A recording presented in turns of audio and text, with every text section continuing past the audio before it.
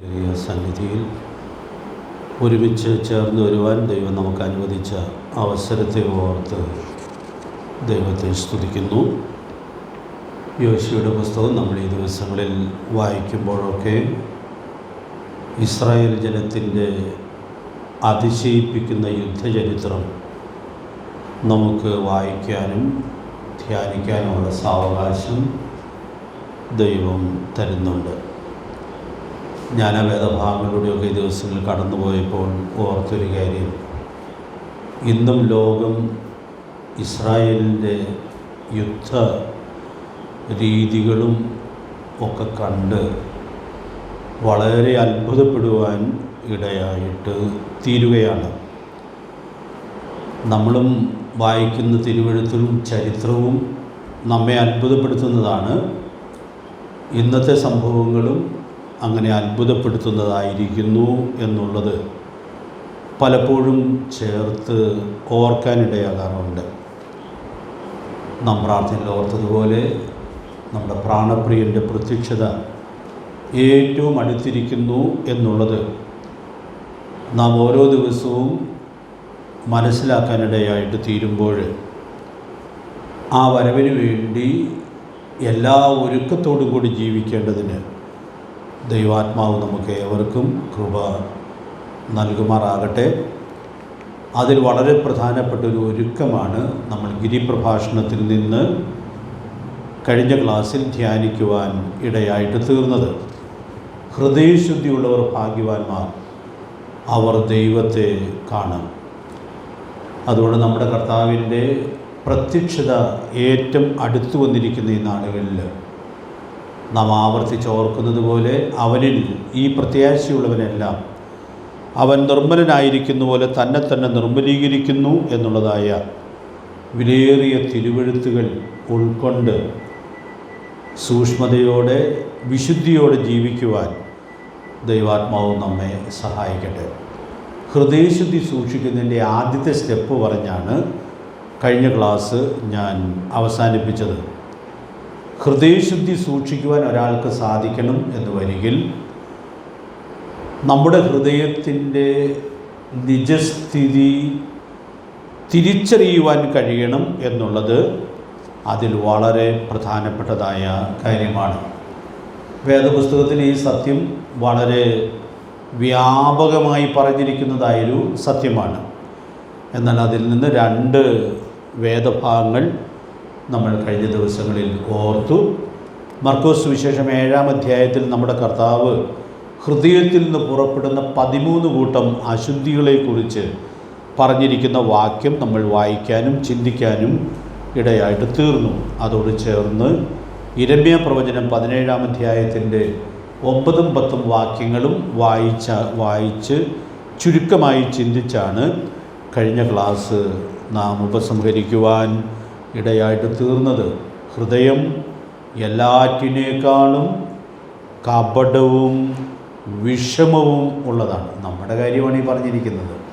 നമ്മുടെ ഹൃദയത്തിൻ്റെ കാര്യമാണ് അവിടെ ദൈവാത്മാവ് വെളിപ്പെടുത്തുന്നതായിട്ട് നമുക്ക് കാണുവാനായിട്ട് സാധിക്കുന്നത്.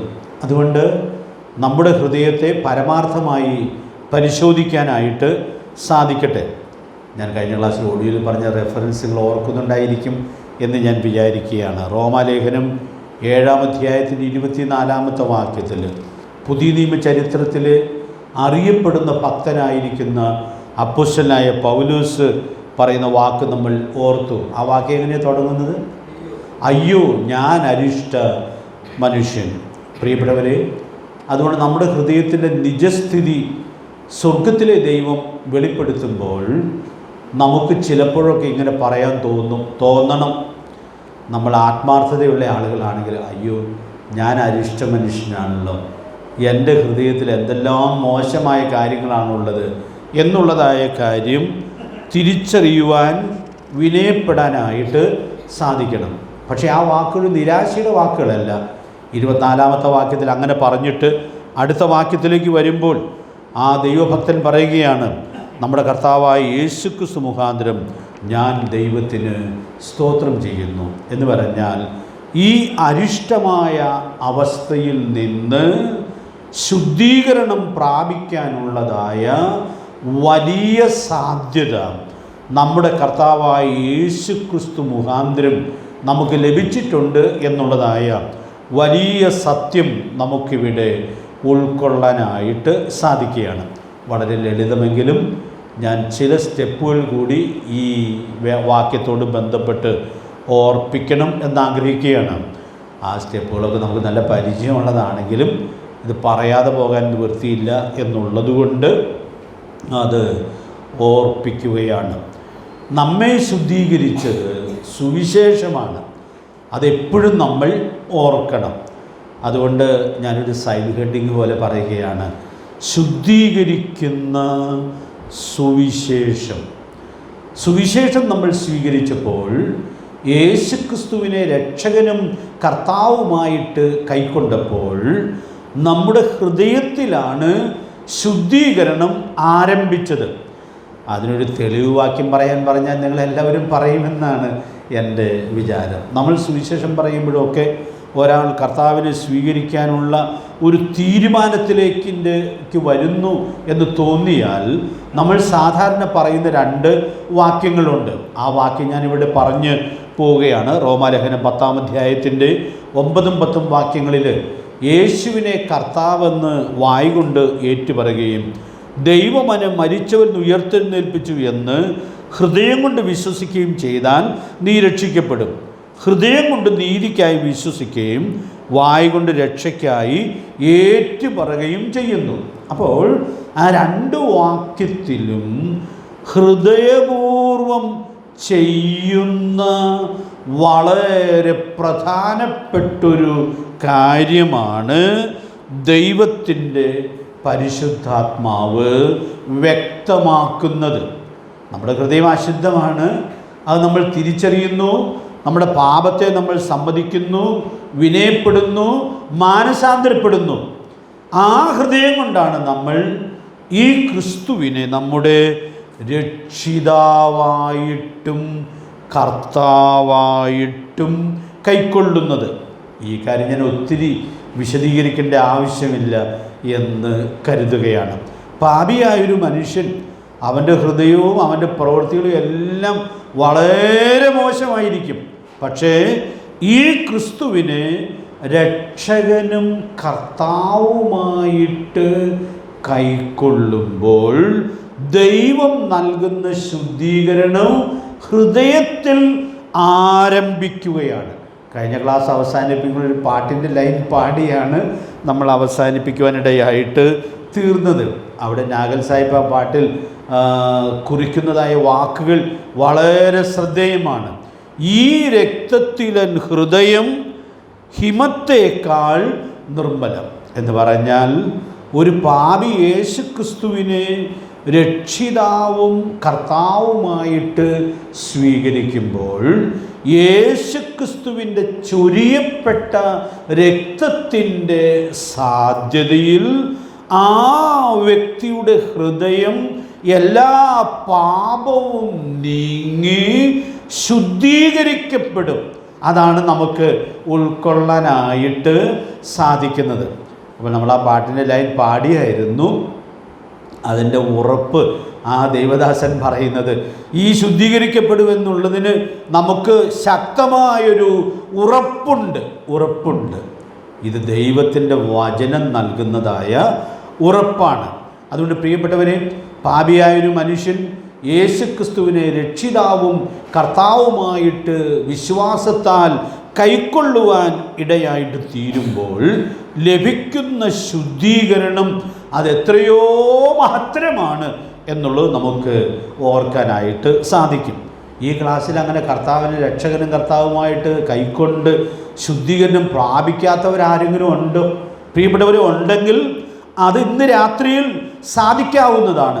അവൻ്റെ പുത്രനായ യേശുവിൻ്റെ രക്തം സകല പാപവും പോക്കി നമ്മെ ശുദ്ധീകരിക്കുന്നു. അപ്പം ഞാൻ ഇങ്ങനെ പറയട്ടെ, ഹൃദയശുദ്ധി ആരംഭിക്കുന്നത് ഒരു പാപി യേശുക്രിസ്തുവിനെ രക്ഷകനും കർത്താവുമായി വിശ്വാസത്താൽ കൈക്കൊള്ളുമ്പോഴാണ്.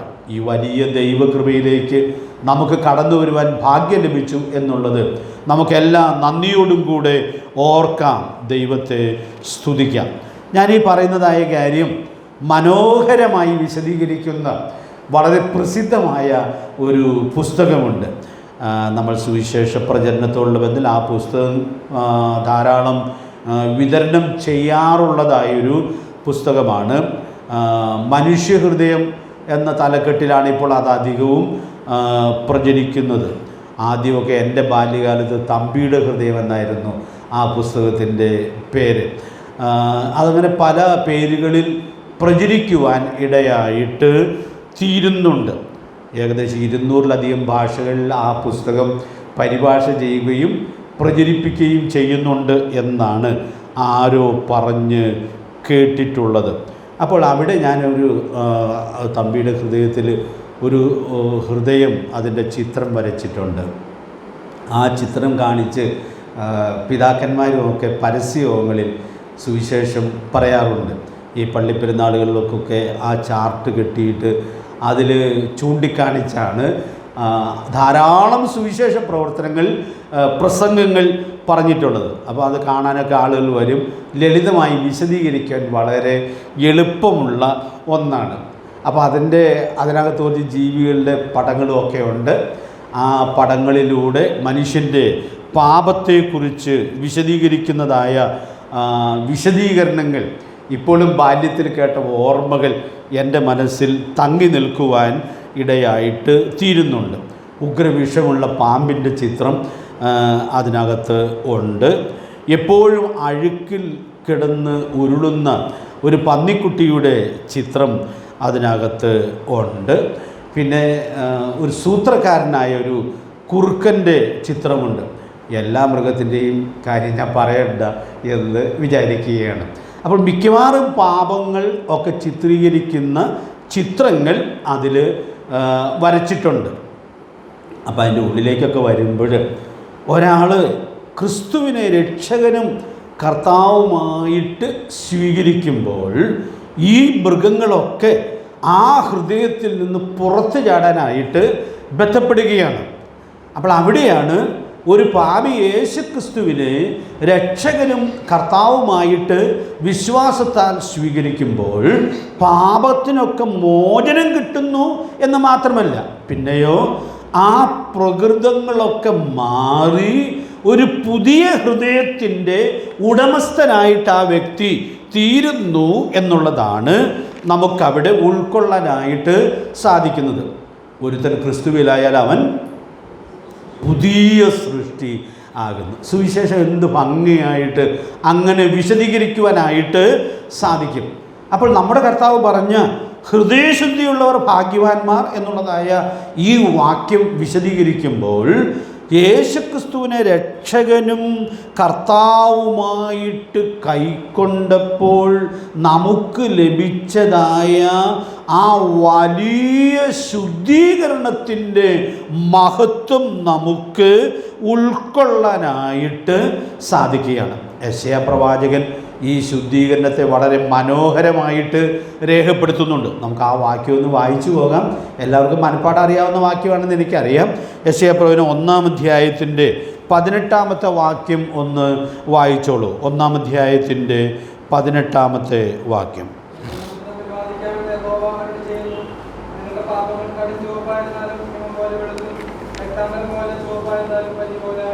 അപ്പോൾ അവിടെ ഒരാൾക്ക് ദൈവത്തിൻ്റെ അടുക്കലേക്ക് വരുമ്പോൾ ദൈവമൊരുക്കിയ രക്ഷാമാർഗം കൈക്കൊള്ളുവാൻ ഇടയായിട്ട് തീരുമ്പോൾ ലഭിക്കുന്ന ശുദ്ധീകരണത്തിൻ്റെ മഹത്വം നമുക്കവിടെ ഉൾക്കൊള്ളാനായിട്ട് സാധിക്കും. അവിടെ പറഞ്ഞിരിക്കുന്ന ആ പ്രയോഗങ്ങൾ അതിൽ തന്നെ അതിമനോഹരമാണ്. പാപങ്ങൾ കടുചുവപ്പായിരുന്നാലും ഹിമം പോലെ വെളുക്കും, രക്താംബരം പോലെ ചുവപ്പായിരുന്നാലും പഞ്ഞി പോലെ ആയിത്തീരും. ഞാൻ ആ വാക്കിൽ വിശദീകരിക്കേണ്ട ആവശ്യമില്ല. പ്രിയപ്പെട്ടവരെയും യേശുക്രിസ്തുവിനെ ഒരു വ്യക്തി രക്ഷിതാവും കർത്താവുമായിട്ട് വിശ്വാസത്താൽ കൈക്കൊള്ളുമ്പോൾ ലഭിക്കുന്ന ശുദ്ധീകരണം എത്രയോ മഹത്തരമാണ്. സുവിശേഷത്തിൻ്റെ അത്ഭുതകരമായ സാധ്യതയാണ്. അതുകൊണ്ട് ദൈവമക്കളായ നാം എപ്പോഴും നമ്മുടെ പൂർവ്വകാലത്തേക്ക് തിരിഞ്ഞു നോക്കി നമുക്ക് കൃപയാൽ പ്രാപിക്കാൻ സാധിച്ചതായ ഈ ശുദ്ധീകരണത്തിൻ്റെ മഹത്വം എപ്പോഴും ഓർക്കണം. നമുക്ക് വളരെ പരിചയമുള്ളൊരു വാക്യം പറഞ്ഞ് ഞാൻ പോകട്ടെ. 2 പത്രോസ് 1-ാം അധ്യായത്തിൻ്റെ 9-ാമത്തെ വാക്യം. അവിടെ ആ പ്രയോഗം ഓർക്കുന്നുണ്ടല്ലോ. മുമ്പിലത്തെ പാപങ്ങളുടെ ശുദ്ധീകരണം മറന്നവരെ കുറിച്ചാണ് അവിടെ പറയുന്നത്. മറന്നാലുള്ള കുഴപ്പവും അവിടെ പറയുന്നുണ്ട്. നമ്മളത് മറക്കരുത്. എല്ലാ ദിവസവും ഈ വലിയ ഓർമ്മ ദൈവസന്നിധിയിൽ സൂക്ഷിക്കാനായിട്ട് സാധിക്കുന്നത് പല നിലയിൽ നമ്മുടെ ആത്മിക ജീവിതത്തെ സൂക്ഷിക്കുന്നതിന് നമ്മെ സഹായിക്കും. ദൈവത്തിൻ്റെ പരിശുദ്ധാത്മാവ് നമ്മെ സഹായിക്കട്ടെ. അതുകൊണ്ട് എപ്പോഴും നമുക്ക് സുവിശേഷത്താൽ ലഭിച്ചതായ ഈ അത്ഭുതകരമായ ശുദ്ധീകരണം ഓർക്കാം. ഇനി 2-ാമത്തെ കുറിപ്പ്, നമ്മുടെ ഹൃദയം സൂക്ഷിക്കേണ്ട ഹൃദയമാണ്. ശരീരശാസ്ത്രപ്രകാരം ഇപ്പോൾ വളരെ ആളുകൾ അലേർട്ടായിട്ടുള്ള ഒരു കാര്യമാണിത്. ഹൃദയത്തിൻ്റെ ആരോഗ്യം അത് സൂക്ഷിക്കുക, അതിനുവേണ്ടി എന്തൊക്കെ കാര്യങ്ങൾ ചെയ്യണം എന്നൊക്കെ ഉള്ളത് ആരോഗ്യശാസ്ത്രപ്രകാരം വളരെ പ്രധാനപ്പെട്ടതായ കാര്യമാണ്. അതുകൊണ്ട് അതിനു വേണ്ടിയുള്ളതായ സൂക്ഷ്മതയ്ക്ക് വേണ്ടി എന്ത് ത്യാഗവും സഹിക്കും. എത്ര ഇഷ്ടമുള്ള ഭക്ഷണവും വേണ്ട എന്ന് വിചാരിക്കും. കാരണം നമ്മുടെ ഹൃദയം ശരിയായ നിലയിൽ സൂക്ഷിക്കപ്പെടുക എന്നുള്ളത് വളരെ പ്രധാനപ്പെട്ടൊരു കാര്യമാണ്. അതിന് കുഴപ്പം പറ്റിയാൽ നമ്മുടെ ജീവിതം അവിടെ അവസാനിക്കുകയാണ്. അപ്പം അതുകൊണ്ട് നമ്മളത് വളരെ സീരിയസ് ആയിട്ടാണ് എടുക്കുന്നത്. പ്രിയപ്പെട്ടവരെ, ഇതേ കാര്യം ഞാനീ പറയുന്ന വിഷയത്തിനും വളരെ പ്രധാനപ്പെട്ടതാണ്. നമ്മുടെ ഹൃദയത്തെ എല്ലാ ജാഗ്രതയോടും കൂടെ സൂക്ഷിക്കാനായിട്ട് സാധിക്കണം. ഇനി വായിക്കാൻ പോകുന്ന വാക്യം ഏതാണ് നിങ്ങൾക്കറിയാമായിരിക്കും. സദൃശ്യവാക്യങ്ങൾ 4-ാം അധ്യായത്തിൻ്റെ 23-ാമത്തെ വാക്യത്തിൽ നാം വായിക്കുന്നത്, സകല ജാഗ്രതയോടും കൂടെ നിന്റെ ഹൃദയത്തെ കാത്തുകൊള്ളുക, ജീവൻ്റെ ഉത്ഭവം അതിൽ നിന്നല്ലോ ആകുന്നത്. അപ്പോൾ അവിടെ ദൈവാത്മാവ് വളരെ ഗൗരവമായിട്ടാണ് ഈ കാര്യം പറയുന്നത്. അത് നമ്മുടെ ഈ അക്ഷരാർത്ഥത്തിലുള്ള നമ്മുടെ ശരീരത്തിലുള്ള ഹൃദയത്തെ സൂക്ഷിക്കണ കാര്യമല്ല പറഞ്ഞിരിക്കുന്നത്. എങ്കിലും അതൊരു സന്ദേശമായിട്ടൊക്കെ ഉൾക്കൊള്ളാം. നമുക്കറിയാവുന്ന സൂക്ഷ്മതാ പാഠങ്ങളൊക്കെ നമ്മുടെ ഹൃദയത്തെ സൂക്ഷിക്കാനായിട്ട് നമുക്ക് എടുക്കുകയും ചെയ്യാം.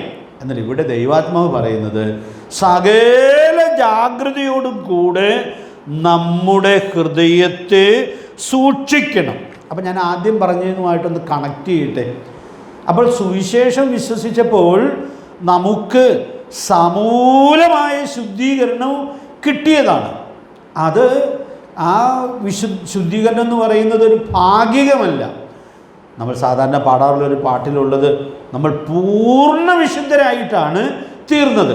അപ്പോൾ നമുക്ക് ലഭിച്ച ശുദ്ധീകരണം അത്ഭുതകരമായ ശുദ്ധീകരണമാണ്. അപ്പോൾ സുവിശേഷത്താൽ ഒരു പാപിയെ കർത്താവ് രക്ഷിക്കുമ്പോൾ എത്ര ഉന്നതമായ ശുദ്ധീകരണത്തിലേക്ക് കൊണ്ടുവരുന്നു എന്നുള്ളത് നമ്മൾ കാണുകയാണ്.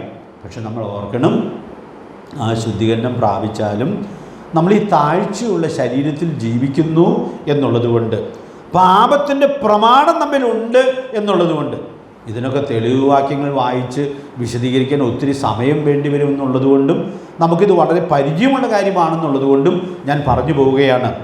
നാം ഏത് പാപത്തിലും വീണുപോകാൻ സാധ്യതയുള്ള ആളുകളാണ് എന്നുള്ളത് കൊണ്ട് പ്രിയപ്പെട്ടവരെ, നമുക്ക് നമ്മെ തന്നെ സൂക്ഷിക്കാനായിട്ട് സാധിക്കണം. അതെല്ലാ തലത്തിലും സൂക്ഷിക്കാനായിട്ട് സാധിക്കണം.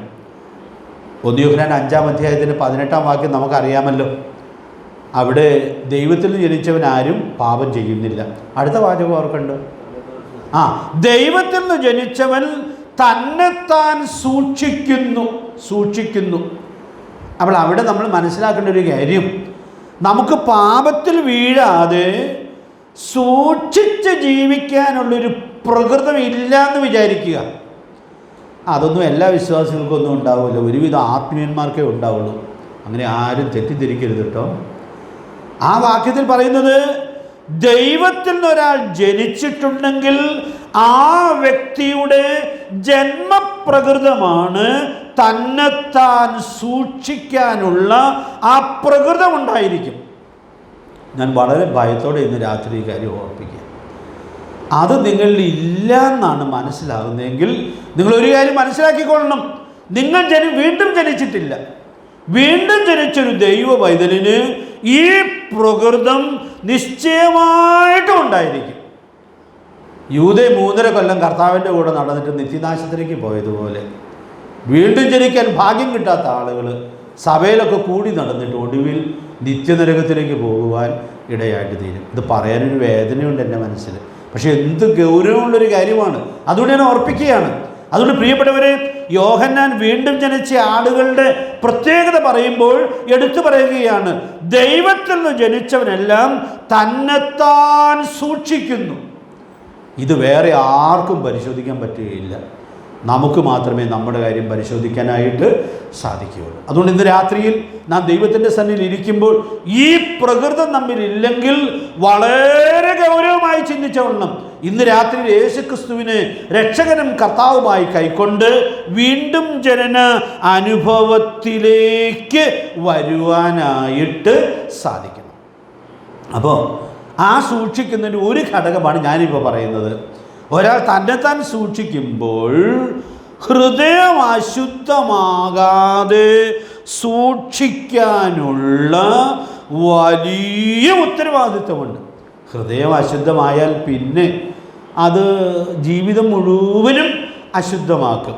കാരണം ഹൃദയത്തിൽ നിന്നാണല്ലോ വൈദ്യശാസ്ത്രപ്രകാരവും ശരീരശാസ്ത്രപ്രകാരവും നമ്മുടെ ശരീരത്തിലെല്ലാം ഓടുന്ന രക്തം ഹൃദയത്തിൽ നിന്ന് പമ്പ് ചെയ്യപ്പെടുകയാണ്. അപ്പം അതിന് അവിടെ അശുദ്ധമായാൽ ശരീരം മുഴുവനും ആ അശുദ്ധി വളരെ എളുപ്പത്തിൽ ബാധിക്കുവാൻ ഇടയായിട്ട് തീരും. അപ്പോൾ സൂക്ഷിക്കേണ്ട കാര്യം പറയുമ്പോൾ ഏറ്റവും പ്രാധാന്യം കൊടുക്കേണ്ടത് ഹൃദയം അശുദ്ധമാകാതെ സൂക്ഷിക്കാനായിട്ട് സാധിക്കണം. ദൈവത്തിൻ്റെ പരിശുദ്ധാത്മാവ് നമ്മെ സഹായിക്കട്ടെ. അതുകൊണ്ട് പ്രിയപ്പെട്ടവരെ, നമ്മുടെ ഹൃദയം അശുദ്ധമാകുന്നില്ലെന്നുള്ളത് സൂക്ഷ്മതയോടെ ഉറപ്പുവരുത്തണം. ഈ ബന്ധത്തിൽ ധാരാളം വചനങ്ങൾ ദൈവവചനത്തിൽ ചിതറിക്കിടക്കുന്നുണ്ട്. അതെല്ലാം നമ്മൾ ഈ പഠനത്തിൽ ചിന്തിക്കണം എന്ന് വിചാരിക്കുന്നില്ല. അതിലൊരു കാര്യം മാത്രം ഞാൻ പറയാമെന്ന് ആഗ്രഹിക്കുകയാണ്. നമ്മുടെ ഹൃദയത്തിലേക്ക് അശുദ്ധി കടത്തിവിടുന്ന 2 പ്രധാനപ്പെട്ട അവയവങ്ങൾ ഉണ്ട്. നിങ്ങളോട് ചോദിച്ചാൽ പറയുമെന്ന് എനിക്കറിയാം. പിന്നെ ചോദിച്ചു പറയാൻ ഒത്തിരി സ്വാതന്ത്ര്യമുള്ളൊരു ക്ലാസ് അല്ലാത്തത് കൊണ്ട് ഞാനങ്ങ് പറഞ്ഞ് പോവുകയാണ്. യെശയ്യാപ്രവചനം 33-ാം അധ്യായത്തിൻ്റെ 15-ാമത്തെ വാക്യം നമ്മളെല്ലാവരും മനഃപ്പാഠം പഠിച്ചിട്ടുള്ളതായ വാക്യമാണ്. കാരണം നമ്മുടെ ഈ ബൈബിൾ പരീക്ഷയും പഠനമൊക്കെ തുടങ്ങിയ ആദ്യത്തെ റൗണ്ടിൽ തന്നെ ഈ വാക്യം മനഃപ്പാഠം പഠിക്കാനായിട്ട് തുടങ്ങിയതാണ്. എല്ലാ റൗണ്ടിലും അത് ആവർത്തിച്ചിട്ടുമുണ്ട്. അപ്പം അതുകൊണ്ട് ഈ ക്ലാസ്സിലിരിക്കുന്ന മിക്കവാറും പേർക്ക് അത് അറിയാം എന്നു വിചാരിക്കുക. എല്ലാവർക്കും അറിയാവുന്ന വാക്യമായതുകൊണ്ട് ഞാനങ്ങ് പറഞ്ഞു പോകാം. നീതിയായി നടന്ന് നേർ പറയുകയും പീഡനത്താലുള്ള ആദായം വെറുക്കുകയും കൈക്കൂലി വാങ്ങാതെ കൈ കുടഞ്ഞു കളയുകയും രക്തപാതകത്തെക്കുറിച്ച് കേൾക്കാതെ വണ്ണം ചെവി പൊത്തുകയും ദോഷത്തെ കണ്ട് രസിക്കാതെ വണ്ണം കണ്ണ് അടച്ച് കളയുകയും ചെയ്യുന്നവൻ. അപ്പോൾ ആ വാക്യത്തിൽ നമ്മൾ അതിനെ വളരെ വിശദമായി അപഗ്രഥിച്ചിട്ടുണ്ട്, ധാരാളം ചിന്തിച്ചിട്ടുണ്ട്. നമ്മുടെ 6 അവയവങ്ങളെക്കുറിച്ച് ആ 15-ാമത്തെ വാക്യത്തിൽ ദൈവാത്മാവ് രേഖപ്പെടുത്തുന്നുണ്ട്. നിങ്ങൾ വീട്ടിൽ പോയി എണ്ണി നോക്കിയാൽ മതി, സംശയമുണ്ടെങ്കിൽ 6 അവയവങ്ങളുടെ കാര്യം പറയുന്നുണ്ട്. അതിൽ 2 അവയവങ്ങൾ ഹൃദയത്തിലേക്ക് അശുദ്ധി കടത്തിവിടുന്ന അവയവങ്ങളാണ്. ഏറ്റവും ഒടുവിൽ പറഞ്ഞിരിക്കുന്ന 2 അവയവങ്ങൾ. അപ്പോൾ അതുകൊണ്ട് താഴ്ത്തുനിന്ന് തുടങ്ങാം എന്ന് ഞാൻ വിചാരിക്കുകയാണ്. ദോഷത്തെ കണ്ട് രസിക്കാതെ വണ്ണം കണ്ണടച്ച് കളയണം. അപ്പോൾ നമ്മുടെ കണ്ണിലൂടെ നാം കാണുന്ന കാഴ്ചയിലൂടെ ധാരാളം അഴുക്ക് നമ്മുടെ ഹൃദയത്തിൽ എത്തിച്ചേരുന്നതിന് ഇടയുണ്ട്. ഇതൊക്കെ ലളിതമായിട്ട് എല്ലാവർക്കും അറിയാവുന്നതായൊരു കാര്യമാണ്. കാരണം നമ്മളൊരു വേണ്ടാത്തൊരു കാഴ്ച കണ്ടാൽ, വേണ്ടാത്തൊരു ചിത്രം കണ്ടാൽ, ഒരു അശ്ലീല ചിത്രം കണ്ടാൽ ആ ചിത്രം നമ്മുടെ ഹൃദയത്തിലേക്ക് ഓടിയെത്തും. ഇനി ഇതൊന്ന് ഡിലീറ്റ് ചെയ്യാമെന്ന് വിചാരിച്ചാൽ നടക്കില്ല. കർത്താവേ, ഞാൻ വേണ്ടാത്തത് കണ്ടുപോയല്ലോ, എന്നോട് ക്ഷമിക്കണം. അത് അവിടം വരെ പ്രാർത്ഥിക്കാവുന്നേ ഉള്ളൂ. ഈ കണ്ട ചിത്രം നിങ്ങൾക്ക് ഒരിക്കലും മാറ്റിക്കളയാനായിട്ട് കഴിയുകയില്ല. അതുകൊണ്ട് ഞാൻ വളരെ ഭയത്തോടുകൂടി ഓർപ്പിക്കുക, ഹൃദയം സൂക്ഷിക്കണോ. ഈ അവയവത്തെ വളരെ സൂക്ഷ്മതയോടെ സൂക്ഷിക്കാനായിട്ട് സാധിക്കണം. അതുകൊണ്ട് നമ്മുടെ പിതാക്കന്മാരുമൊക്കെ കൃപയിലേക്ക് വന്നപ്പോൾ അവർ അന്ന് ഇത്രയും അപകട സാധ്യതയോ അതിനുള്ള വ്യാപകമായിട്ടുള്ള അവസരങ്ങളോ ഉണ്ടായിരുന്നില്ല. ഇപ്പോൾ അവസരങ്ങളെല്ലാം നമ്മുടെ പോക്കറ്റിലല്ലേ. അപ്പോൾ ഇഷ്ടം പോലെ അവസരമുണ്ട്. പക്ഷേ അന്നൊന്നും അങ്ങനെ ഉണ്ടായിരുന്നില്ല. പക്ഷേ അതുകൊണ്ട് വളരെ കർശനമായിട്ടുള്ളതായ ആത്മീക നിയന്ത്രണങ്ങൾ ആ കാലത്ത് സൂക്ഷിച്ചിരുന്നു എന്നുള്ളത് എന്നെ വളരെ അത്ഭുതപ്പെടുത്തിയിട്ടുള്ളതായൊരു കാര്യമാണ്. ഞാനൊരു ബാലനായിരിക്കെ തന്നെ സഭയിൽ ഒരാളൊരു സിനിമ കണ്ടു എന്നറിഞ്ഞാൽ അദ്ദേഹത്തിന് അടുത്ത ആഴ്ച കൂട്ടായ്മ എടുക്കാനായിട്ട് പറ്റുമായിരുന്നില്ല. അത്ര കർശനമായിട്ടാണ് ഈ കാര്യം സൂക്ഷിച്ചുകൊണ്ടിരുന്നത്. അതുകൊണ്ട് ഞാനൊന്നും ഇതുവരെ ഒരു സിനിമ കണ്ടിട്ടില്ല. കാരണം ആ പരിചരണത്തിൽ വളർന്നു വന്നു എന്നുള്ളത് കൊണ്ട് അത് വളരെ കർശനമായി സൂക്ഷിക്കാനും ഇടയായിട്ട് തീർന്നിട്ടുണ്ട്. എൻ്റെ തീരുമാനം ലംഘിക്കപ്പെടുമെന്നുള്ളത് കുറച്ച് വർഷങ്ങൾക്ക് മുമ്പ് എനിക്കൊരു കടുത്ത പരീക്ഷയുണ്ടായി. ഞാനൊരു കല്യാണം നടത്താനായിട്ട് തൃശ്ശൂർ അപ്പുറം സ്ഥലത്ത് പോയതാണ്. തിരിച്ചു വരുന്ന വഴി ഇങ്ങോട്ടുള്ള പാർട്ടിയുടെ കൂടെ വണ്ടിയിൽ പോരാനായിട്ട് സീറ്റുണ്ട്, ബ്രദറെ പോരാനായിട്ട് പറഞ്ഞു. അത് കയറി കഴിഞ്ഞപ്പോൾ അതിൻ്റെ കാര്യം വിശ്വാസികളാണെങ്കിലും അവിടെ ഈ സിനിമാ പ്രദർശനമാണ്. കുറച്ച് മാറിയപ്പോൾ ഞാൻ പറഞ്ഞു, ബ്രദറെ ഞാൻ ഇറങ്ങുവാണ്, ഞാൻ അടുത്ത ബസ്സിന് വന്നോളാം. ഞാൻ ഇതുവരെ തെറ്റിക്കാത്തൊരു കാര്യം നിങ്ങളുടെ കൂടെ ഇരുന്ന് ഇപ്പോൾ തെറ്റിക്കേണ്ടി വരികയാണ്. അപ്പോൾ അതുകൊണ്ട് എനിക്ക് പറ്റുകയില്ല. അപ്പോൾ ആ സഭയിലെ സഹോദരൻ കുറച്ച് അധികാരമുള്ള ആളായിരുന്നു. അദ്ദേഹം പറഞ്ഞു, മണ്ണൂർ ഈ വണ്ടി എത്തുന്നത് വരെ ഈ പ്രദർശനം ഉണ്ടായിരിക്കുന്നതല്ല. അത് ഓഫ് ചെയ്തു. ഞാൻ ആ വണ്ടിയിൽ തന്നെ ഇവിടെ ഇറങ്ങാനിടയായിട്ട് തീർന്നു. പ്രിയപ്പെട്ടവരെ, ഞാനിതിൻ്റെ കൂട്ടത്തിലൊരു അനുഭവം പറഞ്ഞു എന്ന് മാത്രമേ ഉള്ളൂ. നമുക്ക് നമ്മെ തന്നെ സൂക്ഷിക്കുന്നതിൽ നല്ല നിർണയങ്ങൾ പുലർത്താനായിട്ട് സാധിക്കണം. നിർണയങ്ങൾ പുലർത്തിയാൽ ഹൃദയശുദ്ധിയോടെ ഇന്നും ജീവിക്കാനുള്ളതായ സാധ്യതയുണ്ട്. അതുകൊണ്ട് ഇത് കുറുക്കുവഴിയില്ല. ഇതിന് വേറെ യാതൊരു കുറുക്കുവഴികളുമില്ല. വളരെ ശക്തമായ നിർണയം ദൈവസന്നിധിയിൽ സൂക്ഷിക്കാനുള്ളതായ വലിയ ഉത്തരവാദിത്വമുണ്ട്. അതുകൊണ്ട് എത്ര ഗൗരവമായിട്ടാണ് ദൈവാത്മാവ് ഈ സത്യം ചൂണ്ടിക്കാണിക്കുന്നത്. ഞാൻ വിശദീകരിക്കുന്നില്ല, എങ്കിലും നിങ്ങൾക്കൊക്കെ അറിയാവുന്ന 2 വാക്യങ്ങൾ ഞാനൊന്ന് പരാമർശിക്കാം. ഇയ്യോബ് ഭക്തനായിരുന്നു എന്ന് നമ്മൾ വലിയ ആഘോഷമായിട്ടൊക്കെ പറയും. 31-ാം അധ്യായത്തിൻ്റെ 1-ാമത്തെ വാക്യത്തിൽ ആ ഭക്തൻ്റെ ശക്തമായൊരു നിർണയമുണ്ട്. എന്താ നിർണയം? ഞാൻ എൻ്റെ കണ്ണുമായിട്ടൊരു നിയമം ചെയ്തു. അടുത്ത വാചകം തന്നെയാണ്, ഞാനൊരു കന്യകയെ നോക്കുന്നത് എങ്ങനെ. ആ മനുഷ്യൻ ഭക്തനായില്ലെങ്കിലല്ലേ അത്ഭുതമുള്ളൂ. പ്രിയപ്പെട്ടവരെ, എന്തോ ഒരു ശക്തമായ നിർണയത്തോടു കൂടിയാണ് തൻ്റെ കണ്ണിനോട് നിയമം ചെയ്ത് ആ ദൈവഭക്തൻ ജീവിക്കുവാൻ ഇടയായിട്ട് തീർന്നത്. ആ കാലത്തത് സാധിക്കും, ഈ കാലത്തും സാധിക്കും. ഇതിനൊന്നും യാതൊരു തടസ്സവുമുള്ളതായ കാര്യമല്ല. ഞാൻ കൂട്ടത്തിൽ വേറൊരു ഭക്തൻ്റെ കാര്യം കൂടിയൊക്കെ പരാമർശിക്കുകയാണ്, എടുത്തു വായിക്കാതെ പരാമർശിക്കുകയാണ്. അതാരാണെന്ന് നിങ്ങൾക്കറിയാം. ദാവീദ് എന്തൊരു ഭക്തനാണ്. 2 ശമൂവേൽ 11-ാം അധ്യായത്തിൻ്റെ 2-ാമത്തെ വാക്യം നമ്മൾ വായിക്കുമ്പോൾ കണ്ണുമായിട്ടുള്ള നിയമം അദ്ദേഹം ചെയ്തായിരുന്നു എന്ന് എനിക്കറിയാൻ പാടില്ല. ചെയ്തു കാണുമായിരിക്കാം, പക്ഷേ ആ നിയമം തെറ്റിച്ചു. ഭക്തനായ ദാവീദ് ആ നിയമം തെറ്റിച്ചു, അരുതാത്ത കാര്യം കണ്ടു, ദുർമോഹമുണ്ടായി, ആ മോഹം ഗർഭം ധരിച്ചു, പാപത്തെ പ്രസവിച്ചു. ഭക്തനായ ദാവീദ് ഗുരുതരമായ പാപത്തിൽ വീണു. കാഴ്ച വരുത്തി വയ്ക്കുന്നതായ ദോഷം. കാഴ്ച നല്ലതാണ്, പക്ഷേ ഈ കാഴ്ച നമ്മുടെ ഹൃദയത്തെ അശുദ്ധമാക്കുന്നതിനുള്ള വലിയ സാധ്യത ഉള്ളതാണ്. അതുകൊണ്ട് പ്രിയപ്പെട്ടവരെ, നമുക്ക് നമ്മെ തന്നെ സൂക്ഷിക്കാൻ സാധിക്കണം. ഇവിടെ പ്രവാചകന്റെ വാക്കുകൾ എന്തോരം ശക്തമാണ്.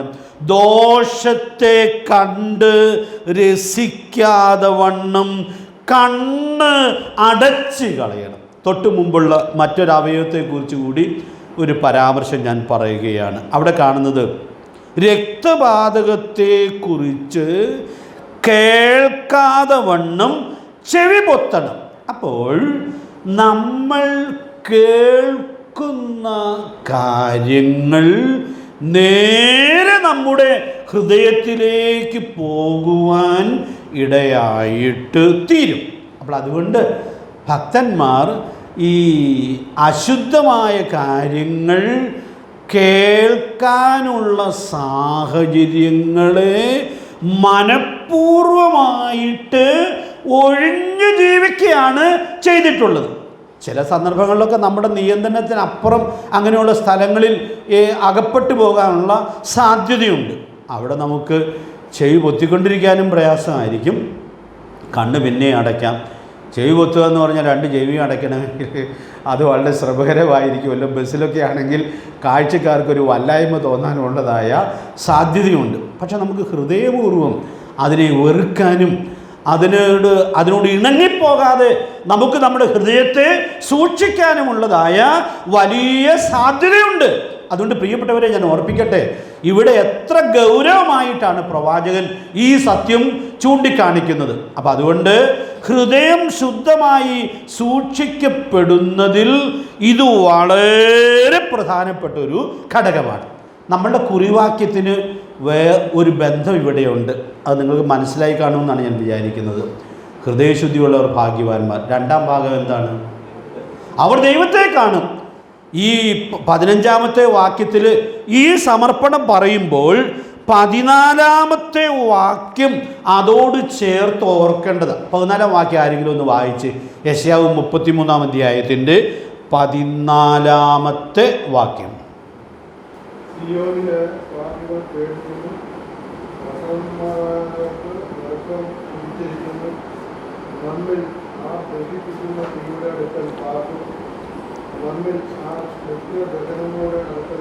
അപ്പോൾ അവിടെ 14ാം വാക്യത്തിൽ 2 ശക്തമായ ചോദ്യമുണ്ട്.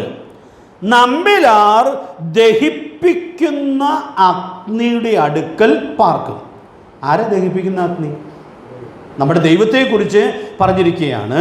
നമ്മിലാർ ദഹിപ്പിക്കുന്ന അഗ്നിയുടെ അടുക്കൽ പാർക്കും, നമ്മിലാർ നിത്യദഹനങ്ങളുടെ അടുക്കൽ പാർക്കും. ഇത് നമ്മുടെ ദൈവത്തെക്കുറിച്ച് പ്രവാചകൻ പറയുന്ന 2 പ്രയോഗങ്ങളാണ്. അപ്പം ഞാൻ ഓർപ്പിക്കട്ടെ, നമ്മൾ ആർക്ക് ദഹിപ്പിക്കുന്ന അഗ്നിയുടെ അടുക്കൽ പാർക്കാം, നിത്യദഹനങ്ങളുടെ അടുക്കൽ പാർക്കാം? ഉത്തരമാണ് 15ാമത്തെ വാക്യം. നീതിയായി നടന്ന് നേർ പറയുന്നവർക്ക്, പീഡനത്താലുള്ള ആദായം വെറുക്കുന്നവർക്ക്, കൈക്കൂലി വാങ്ങാതെ കൈ കുടഞ്ഞു കളയുന്നവർക്ക്, രക്തപാതകത്തെക്കുറിച്ച് കേൾക്കാതെ വണ്ണം ചെവി പൊത്തുന്നവർക്ക്, ദോഷത്തെ കണ്ട് രസിക്കാതെ വണ്ണം കണ്ണടച്ചു കളയുന്നവർക്ക്. പ്രിയപ്പെട്ടവരെ, ഇന്ന് രാത്രി ഞാൻ ഓർപ്പിക്കട്ടെ, ദോഷത്തെ കണ്ട് രസിക്കാതെ വണ്ണം കണ്ണടച്ചു കളഞ്ഞാൽ ദൈവത്തിൻ്റെ അടുക്കലിരുന്ന് ദൈവത്തെ കണ്ട് കൂട്ടായ്മ ആചരിച്ച് ഓരോ ദിവസവും ജീവിക്കാം. രാത്രി മുഴുവൻ വരുന്ന വേണ്ടാത്തതെല്ലാം കണ്ടിട്ട് കിടന്നുറങ്ങാൻ പോയാൽ ദൈവത്തിൻ്റെ കൂടെ ജീവിക്കാനായിട്ട് സാധിക്കില്ല. ഇത് വളരെ ഗൗരവതരമായൊരു സത്യമാണ്. അതുകൊണ്ട് പ്രിയപ്പെട്ടവരെ, ദൈവത്തിൻ്റെ പരിശുദ്ധാത്മാവ് വെളിപ്പെടുത്തുന്ന ഈ സത്യം എല്ലാ പ്രാധാന്യത്തിലും ഉൾക്കൊണ്ട് പ്രായോഗികമാക്കത്തക്കവണ്ണം ദൈവാത്മാവ് നമുക്ക് എല്ലാവർക്കും ധാരാളം ദൈവകൃപ നൽകട്ടെ. അപ്പോൾ അതുകൊണ്ട് ഞാൻ ഓർപ്പിക്കാൻ ആഗ്രഹിക്കുന്ന ഈ കാര്യം, നമ്മുടെ ഹൃദയത്തെ വിശുദ്ധമായി സൂക്ഷിക്കാനുള്ള വലിയ ഉത്തരവാദിത്വം ദൈവത്തിൻ്റെ പരിശുദ്ധാത്മാവ് ഇവിടെ നമുക്ക് നൽകുകയാണ്. അതുകൊണ്ട് നമുക്ക് ആ സദൃശവാക്യത്തിലെ വാക്യം മനഃപാഠം അറിയാം, അതൊന്ന് ഓർത്ത് പ്രായോഗികമാക്കാം. സകല ജാഗ്രതയോടും കൂടെ നമ്മുടെ ഹൃദയത്തെ വിശുദ്ധമായി സൂക്ഷിക്കുവാൻ കർത്താവ് നമ്മെ സഹായിക്കട്ടെ. മൂന്നാമത്തെ കുറിപ്പ്, ഹൃദയത്തിലെ ചിന്തകളെ സൂക്ഷിക്കണം. അത് പുറത്തുനിന്ന് വേറെ അഴുക്കൊന്നും വരുന്നില്ലെങ്കിൽ പോലും നാം പാപത്തിൻ്റെ പ്രകൃതമുള്ള ആളുകളാണ് എന്നുള്ളത് കൊണ്ട് നമ്മുടെ ചിന്തകളിൽ പാപം രൂപപ്പെടുന്നതിനുള്ളതായ വലിയ സാധ്യതയുണ്ട്. അത് നമ്മളെ ആരും പ്രത്യേകിച്ച് പഠിപ്പിക്കേണ്ട ആവശ്യമൊന്നും വരികയില്ല. പാപത്തിൻ്റെ പ്രമാണം നമ്മിലുള്ളത് കൊണ്ട് പാപത്തിൻ്റെ ചിന്തകൾ നമ്മിൽ വരുന്നതിനുള്ള വലിയ സാധ്യതയുണ്ട്. ഈ ചിന്തകളെ മുഴുവനായിട്ടും ഒഴിഞ്ഞ് ജീവിക്കാനായിട്ട് പ്രയാസമാണ്, ശ്രമകരമാണ്. ചിലരെങ്കിലും പരമാർത്ഥമായിട്ട് ഈ അശുദ്ധമായ ചിന്തകൾ ഇങ്ങനെ കൂടെ കൂടെ മനസ്സിൽ വരുമ്പോൾ, ദൈവമേ ഞാൻ രക്ഷിക്കപ്പെട്ട ആളല്ലായിരിക്കും, എൻ്റെ മനസ്സിൽ ഹൃദയത്തിൽ അശുദ്ധമായ ചിന്തകൾ ധാരാളം വരുന്നുണ്ടല്ലോ, അങ്ങനെ ഭാരപ്പെട്ടിട്ടുള്ള ഒത്തിരി ആളുകളുണ്ട്. ചിലരൊക്കെ ആ ഭാരം പറഞ്ഞിട്ടുമുണ്ട്. എത്ര സൂക്ഷിച്ചിട്ടും അതിന്മേലൊരു വിജയം വരിക്കാനായിട്ട് സാധിക്കുന്നില്ല. എനിക്ക് ആ കാര്യത്തിലൊരു ഗൈഡൻസ് കിട്ടിയത് എച്ച് എഴുതിയതായൊരു വിശദീകരണത്തിലാണ്.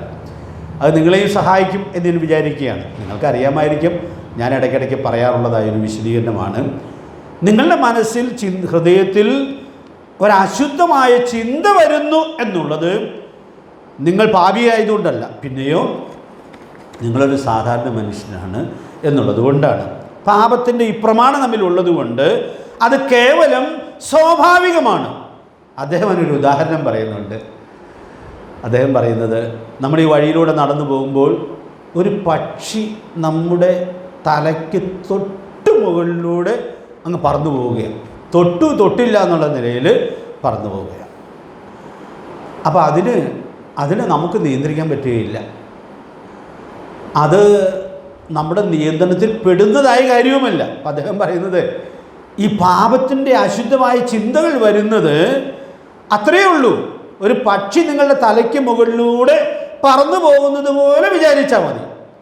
അടുത്ത വാചകം അദ്ദേഹം പറയുന്നത്, ഈ പക്ഷി നിങ്ങളുടെ തലയിൽ കൂടുകൂട്ടാൻ നിങ്ങൾ സമ്മതിക്കരുത്. പാപത്തിൻ്റെ ചിന്തകൾ വരുമ്പോൾ ആ ചിന്തകളെ നിങ്ങൾ മനസ്സിൽ താലോലിച്ച് ആസ്വദിക്കുവാൻ ഇടയായിട്ട് തീരുമ്പോൾ ആ പക്ഷി നിങ്ങളുടെ തലയിൽ കൂടുകൂട്ടുകയാണ്. അതിന് നിങ്ങളാണ് ഉത്തരവാദി. അപ്പം അതുകൊണ്ട് ഇവിടെ നമുക്ക് പ്രയോജനപ്പെടുത്താവുന്നൊരു വാക്യം നിങ്ങളിൽ ബഹുഭൂരിപക്ഷത്തിനും അറിയാം. ആർക്കും അറിയാൻ പാടില്ലാത്തതുണ്ടോ എന്നുള്ളത് കൊണ്ട് ഞാൻ ആ വാക്യം ഒന്ന് പരിചയപ്പെടുത്തുകയാണ്. ഫിലിപ്പ് ലേഖനം 4-ാം അധ്യായത്തിൻ്റെ 8-ാമത്തെ വാക്യത്തിൽ നാം വായിക്കുന്നുണ്ട്. നമ്മൾ ചിന്തിക്കേണ്ട 8 കൂട്ടം കാര്യങ്ങൾ അവിടെ പറയുന്നുണ്ട്. എല്ലാവർക്കൊക്കെ അറിയാവുന്ന വാക്യമായതുകൊണ്ട് ഞാനങ്ങ് വായിച്ചു പോകാം. ഒടുവിൽ സഹോദരന്മാരെ, സത്യമായതൊക്കെയും ഘനമായതൊക്കെയും നീതിയായതൊക്കെയും നിർമ്മലമായതൊക്കെയും രമ്യമായതൊക്കെയും സൽകീർത്തിയായതൊക്കെയും സൽഗുണമോ പുകഴ്ചയോ അതൊക്കെയും ചിന്തിച്ചു കൊള്ളുവിൻ. അപ്പം ചിന്തിക്കാവുന്ന 8 കൂട്ടം കാര്യങ്ങൾ അവിടെ പറഞ്ഞിട്ടുണ്ട്. ഇതെല്ലാവരും മനഃപാഠം പഠിക്കണം കേട്ടോ. അപ്പം ഈ 8 കൂട്ടം കാര്യങ്ങളിൽ പെടാത്ത ചിന്തകൾ മനസ്സിൽ വരുമ്പോൾ നമ്മൾ ആ ചിന്തകളെ മറികടക്കണം. ഈ വചനം നമ്മൾ പഠിക്കുന്നത് എന്തിനാണ്? ഞാൻ നിന്നോട് പാപം ചെയ്യാതിരിക്കേണ്ടതിന് നിന്റെ വചനത്തെ എൻ്റെ ഹൃദയത്തിൽ സംഗ്രഹിക്കുന്നു. 119 സങ്കീർത്തനം 11-ാം വാക്യം. അപ്പോൾ രമ്യമല്ലാത്തൊരു ചിന്ത മനസ്സിൽ രാവിലെ കയറിക്കൂടിയിരിക്കുക. ചിലപ്പോൾ വീട്ടിലുള്ള ഭാര്യയോടുള്ളൊരു വഴക്കിൻ്റെ ഒരു ചിന്തയായിരിക്കും. ന്യായമായ ചില കാരണങ്ങളും പിശാചി ചിലപ്പോൾ കൊണ്ടുവന്നിട്ടുണ്ടായിരിക്കും. പിള്ളേരോടുള്ള പിണക്കത്തിൻ്റെ ചില ചിന്തയായിരിക്കും അത്. രാവിലെ അതും ചിന്തിച്ചുകൊണ്ടിരിക്കരുത്. കാരണം അത് രമ്യമായ ചിന്ത അല്ല. അപ്പോൾ അങ്ങനെയൊക്കെയുള്ള സാഹചര്യത്തിൽ നമുക്കതിനെ അവിടെ ഉപയോഗിക്കാവുന്നതായൊരു പ്രമാണമുണ്ട്. നമ്മുടെ കർത്താവ് പഠിപ്പിച്ചൊരു, ക്രൂശിൽ കിടന്ന് പഠിപ്പിച്ചൊരു വലിയ പ്രമാണമുണ്ട്. ആ പ്രമാണം എന്താണെന്ന് അറിയാമോ? ഇവർ ചെയ്യുന്നത് എന്നെന്നറിയാകിയാൽ ഇവരോട് ക്ഷമിക്കണം. അപ്പോൾ ഭാര്യയെക്കുറിച്ച് തെറ്റായ ചിന്തകളും വെച്ച് അവളോട് കയ്പുമായിട്ട് ഇരുന്ന് കഴിഞ്ഞാൽ പിശാച് നമ്മുടെ ഹൃദയത്തിൽ കൂടുകൂട്ടുകയാണ്. പ്രിയപ്പെട്ടവരെ, നമ്മൾ വല്ലാത്ത അപകടത്തിലേക്ക് പോകും. പക്ഷെ നമ്മുടെ കർത്താവിൻ്റെ മാതൃക പിൻപറ്റിയാൽ അവളുടെ അറിവില്ലായ്മ കൊണ്ട് ചിലപ്പോൾ പറഞ്ഞതായിരിക്കാം, സാരമില്ല എന്ന് വിചാരിക്കുവാൻ ഇടയായിട്ട് തീർന്നാൽ നിങ്ങൾ എത്രയോ സുരക്ഷിതരായിരിക്കും. സഭകളിലുള്ള പണക്കത്തെക്കുറിച്ചൊക്കെ ഉള്ളതായ ചിന്തകൾ വരുമ്പോൾ ഈ വാക്ക് ഉപയോഗിക്കണം. രമ്യമായതേ ചിന്തിക്കാവുള്ളൂ. ഈ വഴക്കിൻ്റെയും പിണക്കത്തിൻ്റെയും കാര്യമൊന്നും ചിന്തിച്ച് നമ്മുടെ മനസ്സ് മലീമസമാക്കി കളയുവാൻ ഇടയായിട്ട് തീരരുത്. ഇങ്ങനെ ഓരോ വാക്കുകളും നിങ്ങൾ സൂക്ഷ്മമായിട്ട് പരിശോധിക്കും. ഈ ഓരോ വാക്കുകളും പറയാൻ എനിക്ക് ഇഷ്ടമുണ്ട്. പക്ഷേ ഇപ്പം അങ്ങനെ പറഞ്ഞ് ഈ ക്ലാസ് അങ്ങനെ നീണ്ടു പോകരുതെന്ന് ഞാൻ വിചാരിക്കുകയാണ്. അതുകൊണ്ട് ഇവിടെ ദൈവാത്മാവ് നമുക്ക് നൽകുന്ന ഈ പ്രബോധനം എല്ലാ ഗൗരവത്തിലും ഉൾക്കൊള്ളാം. അപ്പം നമ്മുടെ ഹൃദയം, നമ്മുടെ ചിന്തകളിൽ നമുക്ക് വിശുദ്ധി സൂക്ഷിക്കാനായിട്ട് സാധിക്കും. ഞാൻ ഇന്ന് വചനം ധ്യാനിക്കുമ്പോൾ അടുത്ത വാക്യം കൂടെ ചേർത്ത് ചിന്തിച്ചു. അടുത്ത വാക്യം ഞാൻ വേറെ പല ആവശ്യത്തിനും ധാരാളം പറഞ്ഞിട്ടുണ്ട്. പക്ഷെ 4-ാം അധ്യായത്തിൻ്റെ 9-ാമത്തെ വാക്യം വായിക്കുമ്പോൾ പൗലോസ് പറയുന്ന പ്രബോധനം, എന്നോട് പഠിച്ചും ഗ്രഹിച്ചും കണ്ടും കേട്ടുമുള്ളത് പ്രവർത്തിപ്പിൻ. അപ്പോൾ ബാക്കി കാര്യങ്ങളിലൊക്കെ ഒത്തിരി പ്രബോധനം നമ്മൾ ധാരാളം ചിന്തിച്ചിട്ടുണ്ട്. ഞാനിപ്പോൾ ആ വാക്ക് മാത്രം എടുത്തു പറയുകയാണ്. 8-ാം വാക്യത്തിൽ എന്ത് ചിന്തിക്കണം എന്ന് പറഞ്ഞിരിക്കുക. 9-ാം വാക്യത്തിൽ എന്ത് പറഞ്ഞിരിക്കുകയാണ്? എന്താണ് പ്രവർത്തിക്കേണ്ടതെന്ന് പറഞ്ഞിരിക്കുക. അപ്പം ഞാൻ ഇന്ന് ഈ വാക്യങ്ങളിലൂടെ കടന്നു പോയപ്പോൾ ഓർത്തു, നാം എന്ത് ചിന്തിക്കുന്നുവോ അതായിരിക്കും അടുത്ത നിമിഷത്തിൽ നമ്മൾ പ്രവർത്തിക്കാനായിട്ട് പോകുന്നത്. അതുകൊണ്ട് പ്രിയപ്പെട്ടവരെ, എനിക്കും നിങ്ങൾക്കും നമ്മുടെ ജീവിതത്തിൻ്റെ പ്രവൃത്തികളെ വിശുദ്ധമായി സൂക്ഷിക്കാനായിട്ട് സാധിക്കണം എന്ന് വരികിൽ നമുക്ക് നമ്മുടെ ചിന്തകളിൽ വിശുദ്ധി സൂക്ഷിക്കുവാനായിട്ട് സാധിക്കേണ്ടിയിരിക്കുന്നു. ദൈവത്തിൻ്റെ പരിശുദ്ധാത്മാവ് അതിനാവശ്യമായ ദൈവകൃപ നമുക്ക് നൽകട്ടെ. ഈ 9-ാം വാക്യത്തിൻ്റെ 2-ാം ഭാഗം വളരെ ശ്രദ്ധേയമാണ്. അവിടെ ഒരു ഈ പ്രമാണം 8-ാം വാക്യത്തിലും 9-ാം വാക്യത്തിലൊക്കെ പറഞ്ഞിട്ട് ആ പ്രമാണങ്ങളോട് ഉള്ള ബന്ധം 9-ാം വാക്യത്തിൻ്റെ നടുവിലത്തെ ഒരു വാക്കിലുണ്ട്. ആ വാക്ക് നിങ്ങൾ ശ്രദ്ധിച്ചു കാണുമായിരിക്കാം. എന്നാൽ സമാധാനത്തിൻ്റെ ദൈവം നിങ്ങളോട് കൂടെ ഇരിക്കും. അപ്പോൾ നിങ്ങളുടെ ചിന്തകൾ വിശുദ്ധമായിരുന്നാൽ അതിനനുസരിച്ച് നിങ്ങൾ പ്രവർത്തിക്കാൻ ഇടയായിട്ട് തീർന്നാലേ സമാധാനത്തിൻ്റെ ദൈവത്തിന് നിങ്ങളോട് കൂടെ ഇരിക്കാനായിട്ട് സാധിക്കുക. നിങ്ങൾക്ക് ഈ സമാധാനത്തിൻ്റെ ദൈവത്തെ കണ്ട് ജീവിക്കാനായിട്ട് സാധിക്കുകയുള്ളൂ. അതുകൊണ്ട് പ്രിയപ്പെട്ടവരെയും, നമുക്ക് നമ്മുടെ ഹൃദയത്തെ ചിന്തകളിൽ തന്നെ സൂക്ഷിക്കത്തക്കവണ്ണം ദൈവാത്മാവ് ധാരാളം ദൈവകൃപ നൽകട്ടെ.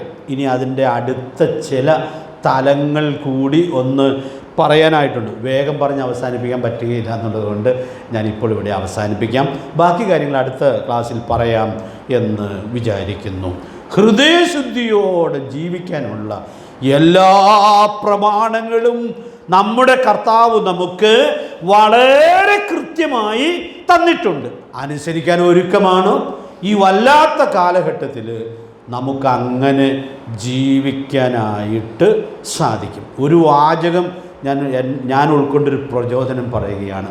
പാപം എത്രയും വർദ്ധിക്കട്ടെ, നമ്മുടെ ഈ തലമുറയിൽ അങ്ങനെ വളരെ വർദ്ധിക്കട്ടെ, പക്ഷേ ഹൃദയശുദ്ധി സൂക്ഷിക്കാനായിട്ട് ആഗ്രഹിക്കുന്ന ഒരു ദൈവവൈതലിനെ മലിനപ്പെടുത്താനായിട്ട് ചുറ്റുപാടും വർദ്ധിച്ചു വരുന്ന പാപത്തിന് സാധിക്കുകയില്ല.